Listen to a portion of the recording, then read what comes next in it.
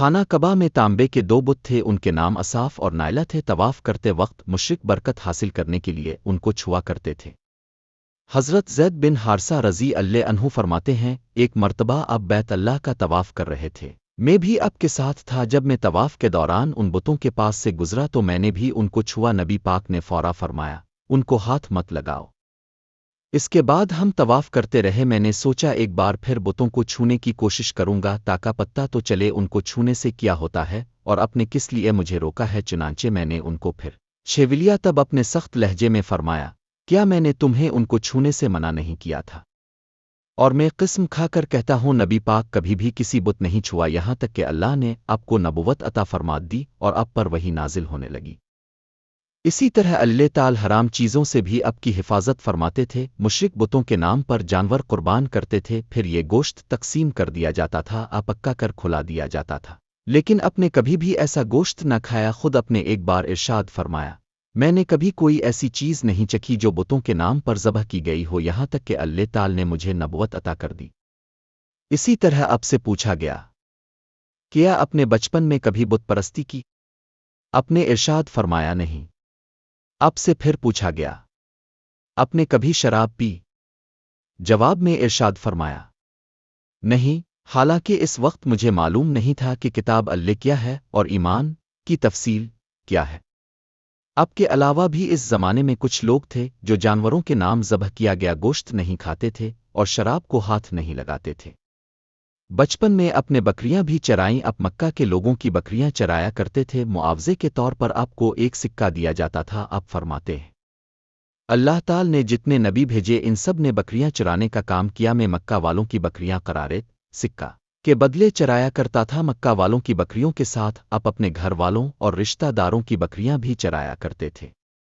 پیغمبروں نے بکریاں کیوں چرائیں، اس کی وضاحت یوں بیان کی جاتی ہے، اس کام میں اللہ تعالی کی زبردست حکمت ہے۔ بکری کمزور جانور ہے، لہٰذا جو شخص بکریاں چراتا ہے اس میں قدرتی طور پر نرمی، محبت اور انکساری کا جذبہ پیدا ہو جاتا ہے۔ ہر کام اور پیشے کی کچھ خصوصیات ہوتی ہے، مثلاً قصاب کے دل میں سختی ہوتی ہے، لوہار جفاکش ہوتا ہے، مالی نازک تب ہوتا ہے۔ اب جو شخص بکریاں چراتا رہا، جب وہ مخلوق کی تربیت کا کام شروع کرے گا تو اس کی طبیعت میں سے گرمی اور سختی نکل چکی ہوتی ہے۔ مخلوق کی تربیت کے لیے وہ بہت نرم مزاج ہو چکا ہوتا ہے اور تبلیغ کے کام میں نرم مزاجی کی بہت ضرورت ہوتی ہے۔ عربوں میں ایک شخص بدر بن معشر غفاری تھا، یہ عکاز کے میلے میں بیٹھا کرتا تھا، لوگوں کے سامنے اپنی بہادری کے قصے سنایا کرتا تھا، اپنی بڑایاں بیان کرتا تھا۔ ایک دن اس نے پیر پھیلا کر اور گردن اکڑا کر کہا، میں عربوں میں سے سب سے زیادہ عزت دار ہوں، اور اگر کوئی خیال کرتا ہے کہ وہ زیادہ عزت والا ہے تو تلوار کے زور پر یہ بات ثابت کر دکھائے۔ اس کے یہ بڑے بول سن کر ایک شخص کو غصہ آ گیا، وہ اچانک اس پر جھپٹا اور اس کے گھٹنے پر تلوار دے ماری، اس کا گھٹنا کٹ گیا۔ یہ بھی کہا جاتا ہے کہ گھٹنا صرف زخمی ہوا تھا۔ اس پر دونوں کے قبیلے آپس میں لڑ پڑے، ان میں جنگ شروع ہو گئی۔ اس لڑائی کو فجار کی پہلی لڑائی کہا جاتا ہے۔ اس وقت اب کی عمر 10 سال تھی۔ فجار کی ایک اور لڑائی بنو عامر کی ایک عورت کی وجہ سے ہوئی، اس میں بنو عامر بنو کنانا سے لڑے کیونکہ کنانا کے ایک نوجوان نے اس قبیلے کی کسی عورت کو چھیڑا تھا۔ فجار کی تیسری لڑائی بھی بنو عامر اور بنو کنانا کے درمیان ہوئی، یہ لڑائی قرض کی ادائیگی کے سلسلے میں ہوئی۔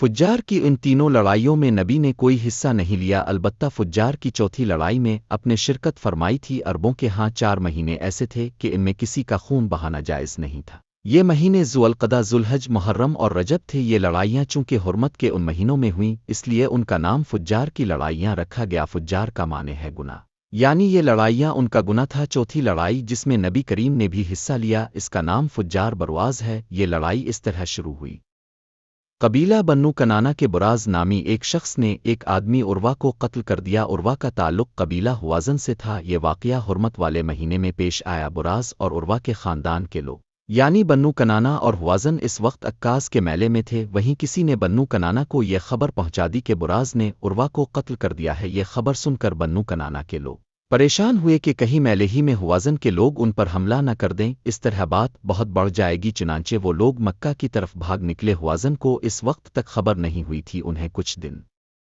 کچھ وقت گزرنے پر خبر ہوئی۔ یہ بنو کنانا پر چڑھ دوڑے، لیکن بنو کنانا حرم میں پناہ لے چکے تھے۔ عربوں میں حرم کے اندر خون بہانا حرام تھا، اس لیے ہوازن رک گئے، اس دن لڑائی نہ ہو سکی، لیکن دوسرے دن بنو کنانا کے لوگ خود ہی مقابلے کے لیے باہر نکل آئے، ان کی مدد کرنے کے لیے قبیلہ قریش بھی میدان میں نکل آیا۔ اس طرح فجار کی یہ جنگ شروع ہوئی۔ یہ جنگ 4 دن تک جاری رہی۔ اب چونکہ قریش بھی اس جنگ میں شریک تھے، لہٰذا اب کے چچا اب کو بھی ساتھ لے گئے، مگر اپنے جنگ کے سب دنوں میں لڑائی میں حصہ نہیں لیا۔ البتہ جس دن اب میدان جنگ میں پہنچ جاتے تو بنی کنانا کو فتح ہونے لگتی، اور جب اب وہاں نہ پہنچتے تو انہیں شکست ہونے لگتی۔ اپنے اس جنگ میں صرف اتنا حصہ لیا کہ اپنے چچاؤں کو تیر پکڑاتے رہے، اور بس 6 دن کی جنگ کے بعد بھی کوئی فیصلہ نہ ہو سکا۔ آخر دونوں گروہوں میں صلح ہو گئی، لیکن یہ کافی خون خرابے کے بعد ہوئی تھی۔ اس جنگ کے فوراً بعد حلف الفضول کا واقعہ پیش آیا۔ یہ واقعہ اس طرح ہوا کہ قبیلہ زبید کا ایک شخص اپنا کچھ مال لے کر مکہ آیا۔ اس سے یہ مال آس بن وائل نے خرید لیا۔ یہ آس بن وائل مکہ کے بڑے لوگوں میں سے تھا، اس کی بہت عزت تھی۔ اس نے مال تو لے لیا، لیکن قیمت ادا نہ کی۔ زبیدی اس سے اپنی رقم کا مطالبہ کرتا رہا، لیکن آس بن وائل نے رقم ادا نہ کی۔ اب یہ زبیدی شخص اپنی فریاد لے کر مختلف قبیلوں کے پاس گیا، ان سب کو بتایا کہ آس بن وائل نے اس پر ظلم کیا ہے، لہٰذا اس کی رقم دلوائی جائے۔ اب چونکہ آس مکہ کے بڑے لوگوں میں سے تھا، اس لیے ان سب لوگوں نے آس کے خلاف اس کی مدد کرنے سے انکار کر دیا، الٹا اسے ڈانٹ ڈپٹ کر واپس بھیج دیا۔ جب زبیدی نے ان لوگوں کی یہ حالت دیکھی تو دوسرے دن صبح سویرے وہ ابو قیس نامی پہاڑی پر چڑھ گیا۔ قریش ابھی اپنے گھروں ہی میں تھے۔ اوپر چڑھ کر اس نے بلند آواز سے چند شعر پڑھے، جن کا خلاصہ یہ ہے: اے فہر کی اولادہ، ایک مظلوم کی مدد کرو جو اپنے وطن سے دور ہے اور جس کی تمام پونجی اس وقت مکہ کے اندر ہی ہے۔ اس زبیدی شخص کی یہ فریاد اب کے چچا زبیر بن عبد المطلب نے سن لی، ان پر بہت اثر ہوا۔ انہوں نے عبداللہ بن جدعان کو ساتھ لیا اور اس آدمی کی مدد کے لیے اٹھ کھڑے ہوئے۔ پھر ان کے ساتھ بنو ہاشم، بنو زہرہ اور بنو اسد کے لوگ بھی شامل ہو گئے۔ یہ سب عبداللہ بن جدعان کے گھر جمع ہوئے، یہاں ان سب کو کھانا کھلایا گیا۔ اس کے بعد ان سب سے خدا کے نام پر حلف لیا گیا۔ حلف کے الفاظ یہ تھے: ہم ہمیشہ مظلوم کا ساتھ دیتے رہیں گے اور اس کا حق اسے دلاتے رہیں گے۔ اس حلف کا نام حلف الفضول رکھا گیا۔ اس عہد اور حلف کے موقع پر اللہ کے رسول بھی قریش کے ساتھ موجود تھے۔ خانہ کعبہ میں تانبے کے 2 بت تھے، ان کے نام اصاف اور نائلہ تھے۔ طواف کرتے وقت مشرک برکت حاصل کرنے کے لیے ان کو چھوا کرتے تھے۔ حضرت زید بن حارثہ رضی اللہ عنہ فرماتے ہیں، ایک مرتبہ اب بیت اللہ کا طواف کر رہے تھے، میں بھی اب کے ساتھ تھا۔ جب میں طواف کے دوران ان بتوں کے پاس سے گزرا تو میں نے بھی ان کو چھوا۔ نبی پاک نے فوراً فرمایا، ان کو ہاتھ مت لگاؤ۔ اس کے بعد ہم طواف کرتے رہے۔ میں نے سوچا ایک بار پھر بتوں کو چھونے کی کوشش کروں گا تاکہ پتہ تو چلے ان کو چھونے سے کیا ہوتا ہے اور اپنے کس لیے مجھے روکا ہے۔ چنانچہ میں نے ان کو پھر چھیولیا، تب اپنے سخت لہجے میں فرمایا، کیا میں نے تمہیں ان کو چھونے سے منع نہیں کیا تھا؟ اور میں قسم کھا کر کہتا ہوں، نبی پاک کبھی بھی کسی بت نہیں چھوا، یہاں تک کہ اللہ نے آپ کو نبوت عطا فرما دی اور آپ پر وحی نازل ہونے لگی۔ اسی طرح اللہ تعالی حرام چیزوں سے بھی اب کی حفاظت فرماتے تھے۔ مشرک بتوں کے نام پر جانور قربان کرتے تھے، پھر یہ گوشت تقسیم کر دیا جاتا تھا، پکا کر کھلا دیا جاتا تھا، لیکن اپ نے کبھی بھی ایسا گوشت نہ کھایا۔ خود اپنے ایک بار ارشاد فرمایا، میں نے کبھی کوئی ایسی چیز نہیں چکھی جو بتوں کے نام پر ذبح کی گئی ہو، یہاں تک کہ اللہ تعالی نے مجھے نبوت عطا کر دی۔ اسی طرح اب سے پوچھا گیا، کیا اپنے بچپن میں کبھی بت پرستی کی؟ آپ نے ارشاد فرمایا، نہیں۔ اب سے پھر پوچھا گیا، آپ نے کبھی شراب پی؟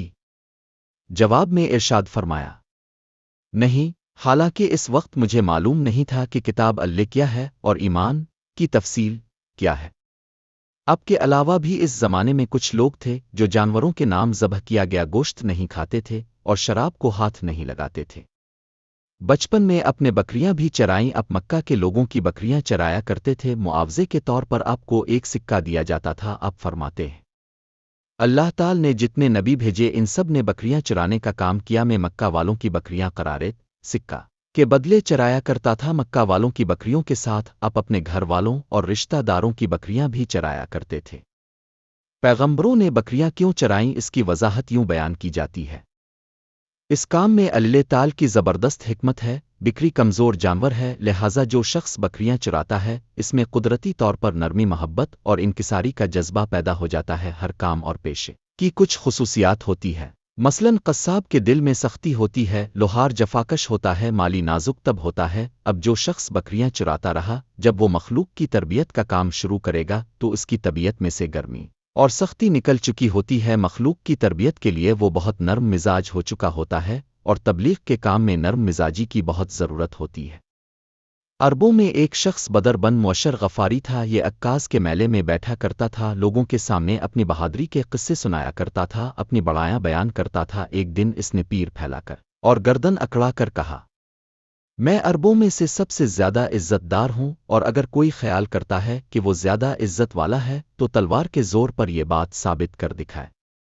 اس کے یہ بڑے بول سن کر ایک شخص کو غصہ آ گیا، وہ اچانک اس پر جھپٹا اور اس کے گھٹنے پر تلوار دے ماری، اس کا گھٹنا کٹ گیا۔ یہ بھی کہا جاتا ہے کہ گھٹنا صرف زخمی ہوا تھا، اس پر دونوں کے قبیلے آپس میں لڑ پڑے، ان میں جنگ شروع ہو گئی۔ اس لڑائی کو فجار کی پہلی لڑائی کہا جاتا ہے۔ اس وقت اب کی عمر 10 سال تھی۔ فجار کی ایک اور لڑائی بنو عامر کی ایک عورت کی وجہ سے ہوئی، اس میں بنو عامر بنو کنانا سے لڑے کیونکہ کنانا کے ایک نوجوان نے اس قبیلے کی کسی عورت کو چھیڑا تھا۔ فجار کی تیسری لڑائی بھی بنو عامر اور بنو کنانا کے درمیان ہوئی، یہ لڑائی قرض کی ادائیگی کے سلسلے میں ہوئی۔ فجار کی ان تینوں لڑائیوں میں نبی نے کوئی حصہ نہیں لیا، البتہ فجار کی چوتھی لڑائی میں اپنے شرکت فرمائی تھی۔ عربوں کے ہاں 4 مہینے ایسے تھے کہ ان میں کسی کا خون بہانا جائز نہیں تھا۔ یہ مہینے ذوالقعدہ، ذوالحج، محرم اور رجب تھے۔ یہ لڑائیاں چونکہ حرمت کے ان مہینوں میں ہوئیں اس لیے ان کا نام فجار کی لڑائیاں رکھا گیا۔ فجار کا معنی ہے گناہ، یعنی یہ لڑائیاں ان کا گناہ تھا۔ چوتھی لڑائی جس میں نبی کریم نے بھی حصہ لیا، اس کا نام فجار برواز ہے۔ یہ لڑائی اس طرح شروع ہوئی۔ قبیلہ بنو کنانا کے براز نامی ایک شخص نے ایک آدمی عروہ کو قتل کر دیا۔ عروہ کا تعلق قبیلہ ہوازن سے تھا۔ یہ واقعہ حرمت والے مہینے میں پیش آیا۔ براز اور عروہ کے خاندان کے لوگ یعنی بنو کنانا اور ہوازن اس وقت عکاز کے میلے میں تھے۔ وہیں کسی نے بنو کنانا کو یہ خبر پہنچا دی کہ براز نے عروہ کو قتل کر دیا ہے۔ یہ خبر سن کر بنو کنانا کے لوگ پریشان ہوئے کہ کہیں میلے ہی میں ہوازن کے لوگ ان پر حملہ نہ کر دیں، اس طرح بات بہت بڑھ جائے گی۔ چنانچہ وہ لوگ مکہ کی طرف بھاگ نکلے۔ ہوازن کو اس وقت تک خبر نہیں ہوئی تھی، انہیں کچھ وقت گزرنے پر خبر ہوئی۔ یہ بنو کنانا پر چڑھ دوڑے، لیکن بنو کنانا حرم میں پناہ لے چکے تھے۔ عربوں میں حرم کے اندر خون بہانا حرام تھا، اس لیے ہوازن رک گئے۔ اس دن لڑائی نہ ہو سکی، لیکن دوسرے دن بنو کنانا کے لوگ خود ہی مقابلے کے لیے باہر نکل آئے۔ ان کی مدد کرنے کے لیے قبیلہ قریش بھی میدان میں نکل آیا۔ اس طرح فجار کی یہ جنگ شروع ہوئی۔ یہ جنگ 4 دن تک جاری رہی۔ اب چونکہ قریش بھی اس جنگ میں شریک تھے، لہٰذا اب کے چچا اب کو بھی ساتھ لے گئے، مگر اپنے جنگ کے سب دنوں میں لڑائی میں حصہ نہیں لیا۔ البتہ جس دن اب میدان جنگ میں پہنچ جاتے تو بنی کنانا کو فتح ہونے لگتی، اور جب اب وہاں نہ پہنچتے تو انہیں شکست ہونے لگتی۔ اپنے اس جنگ میں صرف اتنا حصہ لیا کہ اپنے چچاؤں کو تیر پکڑاتے رہے، اور بس 6 دن کی جنگ کے بعد بھی کوئی فیصلہ نہ ہو سکا۔ آخر دونوں گروہوں میں صلح ہو گئی، لیکن یہ کافی خون خرابے کے بعد ہوئی تھی۔ اس جنگ کے فوراً بعد حلف الفضول کا واقعہ پیش آیا۔ یہ واقعہ اس طرح ہوا کہ قبیلہ زبید کا ایک شخص اپنا کچھ مال لے کر مکہ آیا۔ اس سے یہ مال آس بن وائل نے خرید لیا۔ یہ آس بن وائل مکہ کے بڑے لوگوں میں سے تھا، اس کی بہت عزت تھی۔ اس نے مال تو لے لیا لیکن قیمت ادا نہ کی۔ زبیدی اس سے اپنی رقم کا مطالبہ کرتا رہا، لیکن آس بن وائل نے رقم ادا نہ کی۔ اب یہ زبیدی شخص اپنی فریاد لے کر مختلف قبیلوں کے پاس گیا، ان سب کو بتایا کہ آس بن وائل نے اس پر ظلم کیا ہے، لہٰذا اس کی رقم دلوائی جائے۔ اب چونکہ آس مکہ کے بڑے لوگوں میں سے تھا، اس لیے ان سب لوگوں نے آس کے خلاف اس کی مدد کرنے سے انکار کر دیا، الٹا اسے ڈانٹ ڈپٹ کر واپس بھیج دیا۔ جب زبیدی نے ان لوگوں کی یہ حالت دیکھی تو دوسرے دن صبح سویرے وہ ابو قیس نامی پہاڑی پر چڑھ گیا۔ قریش ابھی اپنے گھروں ہی میں تھے۔ اوپر چڑھ کر اس نے بلند آواز سے چند شعر پڑھے، جن کا خلاصہ یہ ہے: اے فہر کی اولادہ، ایک مظلوم کی مدد کرو جو اپنے وطن سے دور ہے اور جس کی تمام پونجی اس وقت مکہ کے اندر ہی ہے۔ اس زبیدی شخص کی یہ فریاد اب کے چچا زبیر بن عبد المطلب نے سن لی، ان پر بہت اثر ہوا۔ انہوں نے عبداللہ بن جدعان کو ساتھ لیا اور اس آدمی کی مدد کے لیے اٹھ کھڑے ہوئے۔ پھر ان کے ساتھ بنو ہاشم، بنو زہرہ اور بنو اسد کے لوگ بھی شامل ہو گئے۔ یہ سب عبداللہ بن جدعان کے گھر جمع ہوئے، یہاں ان سب کو کھانا کھلایا گیا۔ اس کے بعد ان سب سے خدا کے نام پر حلف لیا گیا۔ حلف کے الفاظ یہ تھے: ہم ہمیشہ مظلوم کا ساتھ دیتے رہیں گے اور اس کا حق اسے دلاتے رہیں گے۔ اس حلف کا نام حلف الفضول رکھا گیا۔ اس عہد اور حلف کے موقع پر اللہ کے رسول بھی